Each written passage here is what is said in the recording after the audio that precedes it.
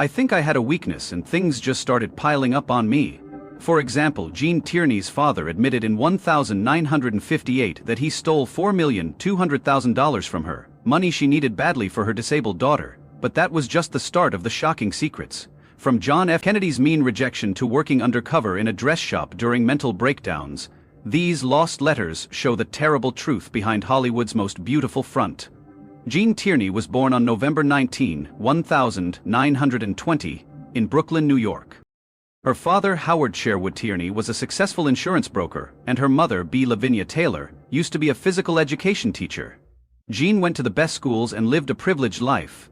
When she was 15, she went to Switzerland to study at the Brilliant International School, where she learnt French, a skill that would later help her in her acting career. After 2 years, she came back to the U.S. in 1938 and joined the prestigious Miss Porter School in Connecticut, which was known for educating young people. In the same year, Jean made her big debut in society at a fancy event at the Fairfield Country Club. She wore a dress that was based on Bette Davis's outfit in the movie Jezebel. While many girls saw this event as a step towards marriage, it was the start of something completely different for Jean. Her journey into acting. Things weren't going so well at home though. In the summer of 1938, Jen's father was sued, which hurt his insurance business, and the family had to sell their beautiful Connecticut home to make everyone feel better. On August 14, 1938, her father took the family on a road trip across the country to California. While they were there, they saw Jean at Warner Brothers Studios and were smitten by the actress's beauty. The famous director Anton Litvak told her parents that she should be in movies and set up a screen test for her the next day. Jean read lines from his movie The Sisters and impressed everyone. Warner Brothers offered her a contract for $125 a week, but her father turned it down, saying it wasn't easy. After her society debut in September 1938, Jean didn't give up. She talked her father into letting her try Broadway instead, saying it would be a more respectable path for someone of her social standing. She started working towards her dream by taking acting lessons at the American Academy of Dramatic Arts and meeting Broadway producers. On December 26, 1938, she made her Broadway debut in a play called What a Life. Her role was small, but she carried a bucket of... Critics couldn't help but notice her. One even called her the most beautiful water carrier I have ever seen. Her big break came in early 1940. When she got a bigger part in the play The Male Animal, which opened in March and was a big hit. One night, Darryl F. Zanuck, the head of 20th Century Fox, saw Jean on stage and was so impressed that he decided she had to be in Hollywood. And on April 2, 1940, Jean signed a 7-year contract with Fox, which paid $250 a week and let her go back to Broadway for one play a year. Jean's first big role in Hollywood was in the 1941 movie The Shanghai Gesture, which was a dark and risky movie about a young woman who gets caught up in Shanghai's gambling world. The movie was ahead of its time because it dealt with serious issues like addiction and vice, which made it stand out. The director, Joseph von Sternberg, was tough on Jean, demanding 27 takes for one emotional scene. Despite the problems, Jean's performance was praised, and the movie became a hit, making over $1 million. The movie did well at the box office and made Jean stand out in Hollywood. In 1943, her career took off when she got the lead role in the comedy Heaven Can Wait. In it, she played Martha Van Cleve, a character who goes from being a young woman to an old grandmother. She had to wear hours of makeup every day, especially for scenes where she had to look much older. Jean was also 4 months pregnant while the movie was being filmed, so costumes and camera angles had to be carefully planned to hide. The movie came out in August 1943 and made $5,300,000 at the box office. Critics praised Jean's performance and called her one of the best actresses in comedy. This made her a big star in Hollywood. Her salary was raised to $33,000 a week, and she got thousands of fan letters every month by the end of 1943. However, her big break came in 1944 when she played Laura Hunt in the noir film Laura, directed by Otto Preminger. The movie Laura came out on October 11, 1944, and even though critics weren't sure at first, audiences loved it. It made over $2 million in the US, and Tierney's haunting performance and beautiful looks became forever linked to the character. One of the most memorable parts of the movie was a painting of Laura by Adia Newman. This portrait became so popular that it sold for $477,000 in 2005. The movie's success didn't end there. It was even turned into a radio show in Millions of people saw Jean play Laura again in 1945, which made her an even bigger star. Over the years, Laura has been called one of the greatest movies ever made, and in 1999, it was preserved by the U.S. National Film Registry, showing how important it was to Hollywood history. Jean's next big role was as Ellen Barron in 1945, Leave Her to Heaven, a beautiful but dangerously jealous woman.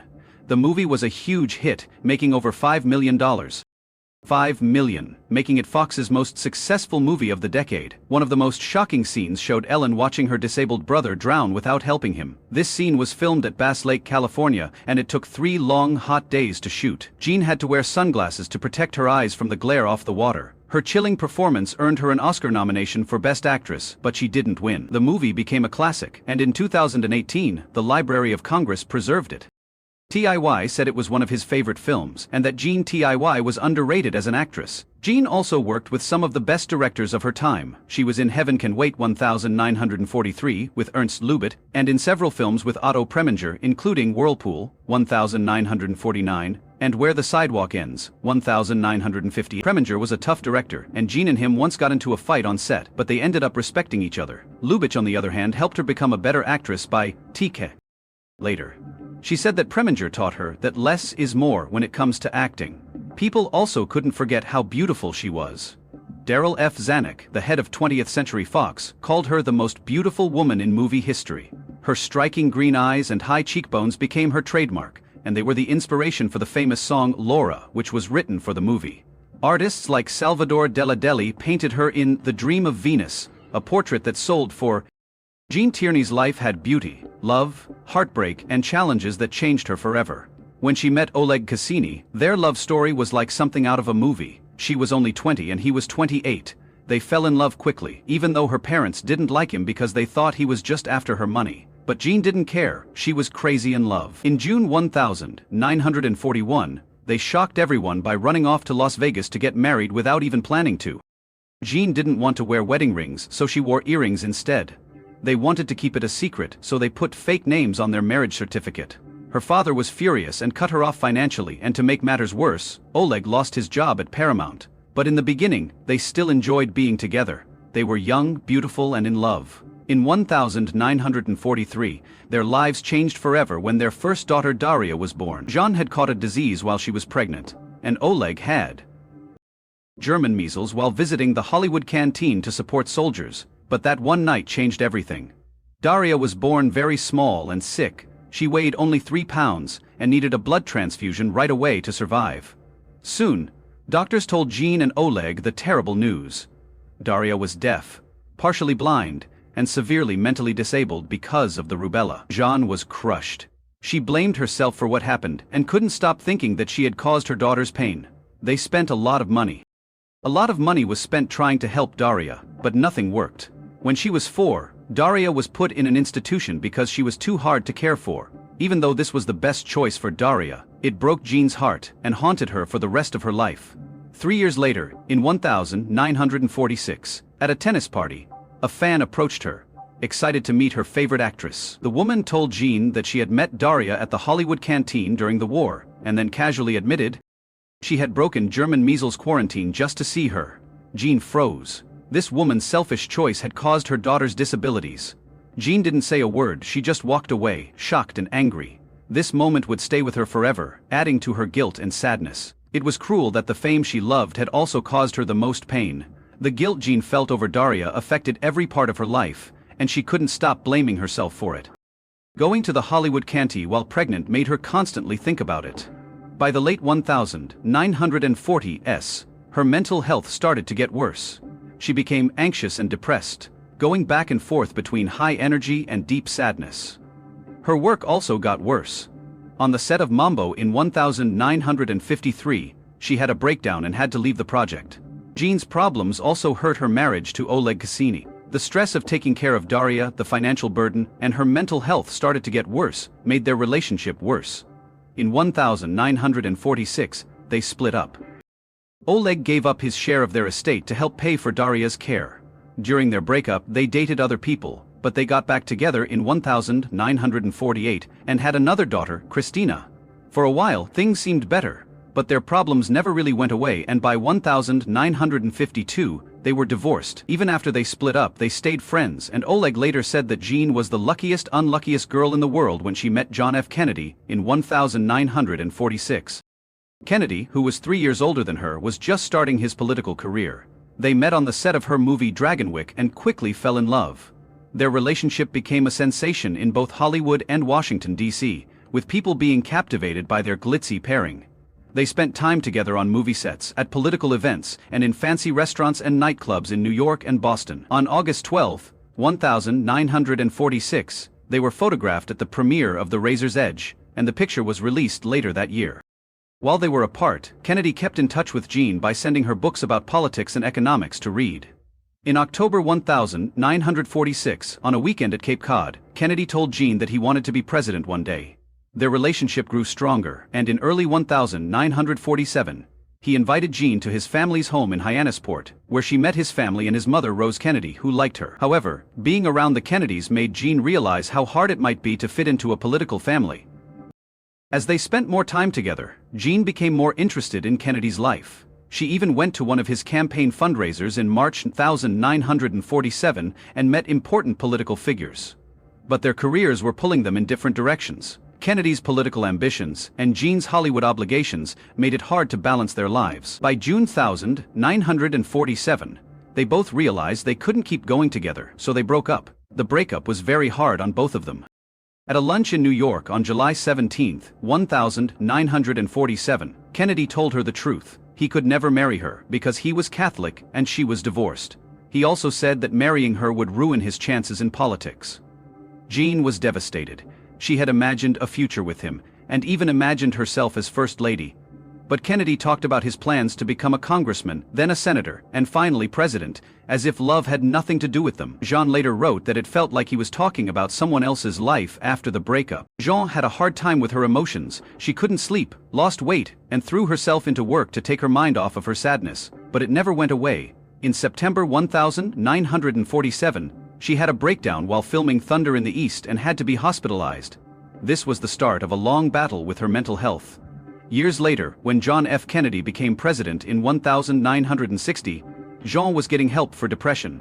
He sent her a congratulatory telegram which she received, but it was a bittersweet reminder of what could have been.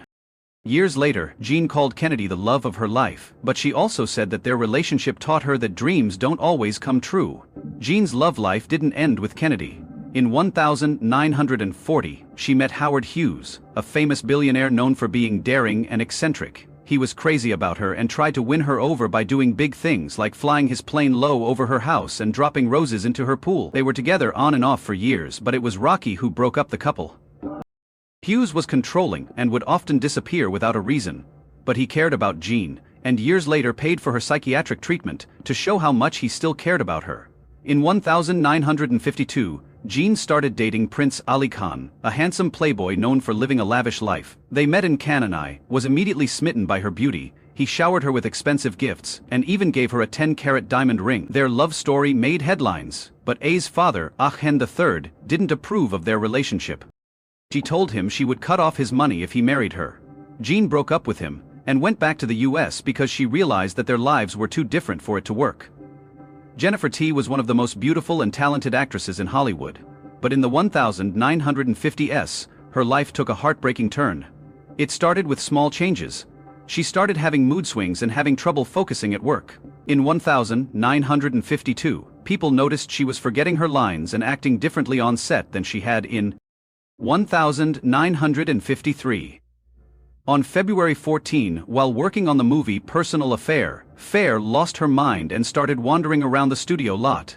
She couldn't remember why she was there or recognize anyone. She was taken to the hospital and diagnosed with severe depression and anxiety. Her problems had a big impact on her career. In 1953, she was cast in a big movie called Mambo, directed by John Ford, and was supposed to play Lyndon alongside Clark Gable and Ava Gardner. A great chance. But Jean's mental health got in the way. She started having severe anxiety and couldn't handle the stress. Just before filming started, she had a breakdown on set, screaming and not recognizing the people around her. The director had to replace her, and Grace Kelly took the role. Kelly did a great job, and even won a Golden Globe for it. Jean felt crushed after seeing the movie. She knew that her illness had taken away her chance to shine. By 1955, Jean was gone. Had even more trouble while filming The Left Hand of God. She couldn't remember her lines, and sometimes she didn't even seem to know where she was. To help her, the crew had to put up cue cards around the set. During a scene with Humphrey Bogart, she froze and stood there silent and confused until Bogart led her off the set. He knew she was in pain and did everything he could to help her. Bogart even went to the studio and demanded that they bring professional help to the set. He practiced lines with her and found ways to help her. So that things would be easier for her, he set up a low-pressure meeting with a psychiatrist over dinner. His kindness gave Jean the support she so desperately needed. From 1953 to 1959, Jean Tierney went through 6 hard years. During that time, she was in 3 different psychiatric hospitals and saw at least 12 doctors. It all started in 1953, when she checked herself into the Harkness Pavilion in New York City. Soon after, she was moved to the Institute of Living in Hartford, Connecticut, where she also spent a lot of time in jail and went to a mental health clinic in Kansas, where she had one of the worst treatments of her life, cold pack therapy, in which she was wrapped tightly in icy wet sheets with her arms strapped to her sides. She later said it felt like being buried in snow, and she cried as the minutes went by. The treatment was meant to help patients get better, but for her it was just pure pain. Her mental health problems had a big effect on her career. In 1953, she had to quit the movie Mambo, and Grace Kelly replaced her 2 years later, in 1955. She worked with Humphrey Bogart on The Left Hand of God, but her condition got so bad during filming that Bogart told the studio she needed serious help. T was often crying and thought someone was trying to poison her, but she insisted on finishing the movie, showing amazing determination even though she was in such a bad place. One of the worst treatments she went through was shock therapy, which is also known as. Over the course of 6 years, she went through a shocking 32 sessions of electroconvulsive therapy. In her autobiography, she wrote about how electrodes were placed on her temples and 80 or 90-volt electric currents caused seizures. She said that this treatment was supposed to be a breakthrough, but doctors didn't fully understand its risks at the time. The therapy caused her severe memory loss, which made it almost impossible for her to act again. When she tried to resume acting in 1959, her memory problems were so bad that she had to quit the project. Memory didn't just hurt her career, it hurt her personal life too, leaving her feeling lost and disconnected. In December 1957, Tierney's desperation reached a breaking point when she tried to escape from the Institute of Living. On a cold winter day, she climbed out of a window and tried to scale down the building. People saw her, not as a glamorous Hollywood star, but as a desperate woman trying to get away. Staff quickly found her on the grounds and brought her back inside. After that, the fact that she tried to escape became a public scandal, and the headlines showed how bad her problems had gotten later in life. Tierney wrote an honest autobiography about her time in psychiatric hospitals. She talked about what it was like to lose her freedom and be treated like she had no control over her life. She talked about being restrained and how helpless it made her feel. She also wrote about times of boredom and loneliness and long days that seemed to go on forever. In 1958, Jean Tierney's life took a big turn when she met W. Howard Lee, a Texas oil tycoon. At the time, Jean was dealing with mental illness and trying to rebuild her life. Lee was 21 years older than Jean and had been married to actress Hedy Lamarr before they met. They met by chance in Aspen, Colorado, where Jean had gone to recover from bipolar disorder treatments. Lee was previously married to actress Hedy Lamarr. He was rich, worth more than $100 million today, and quickly fell in love with Jean. He didn't care about the news stories about her problems. He saw her strength and wanted to help her. Their relationship grew quickly. They went on private jets, ate fancy dinners, and talked about life and healing. Lee gave her the stability she had been looking for by supporting her decision to leave Hollywood and encouraging her therapy. He became more than just her partner, he became someone who truly cared about her well-being. In July 1960, Jean and Lee got married. They got married in Aspen in front of close family and friends. After the wedding, they moved into a huge house in Houston, in a neighborhood called River Oaks. The house was 5,000 square feet and worth over $2 million at the time. It became Jean's safe haven, and even had a private screening room where she could watch her old films. Jean settled into her new life as a Houston socialite. She started volunteering at charity events, working with the Houston Grand Opera, and getting involved in the opera. Jean also started painting as a hobby and liked reading play scripts for local theater. She and Lee often took vacations to their home in Florida, where she loved long walks on the beach and working in her garden. For more than 20 years, Jean lived a quiet and happy life away from the chaos of Hollywood. Even though she found peace, she still loved acting. In the 1960s, she returned to the screen with a few roles, and in 1962, she was in Advice and Consent, in which she played a small but important role. Critics praised her performance, saying that her beauty and presence were as strong as ever.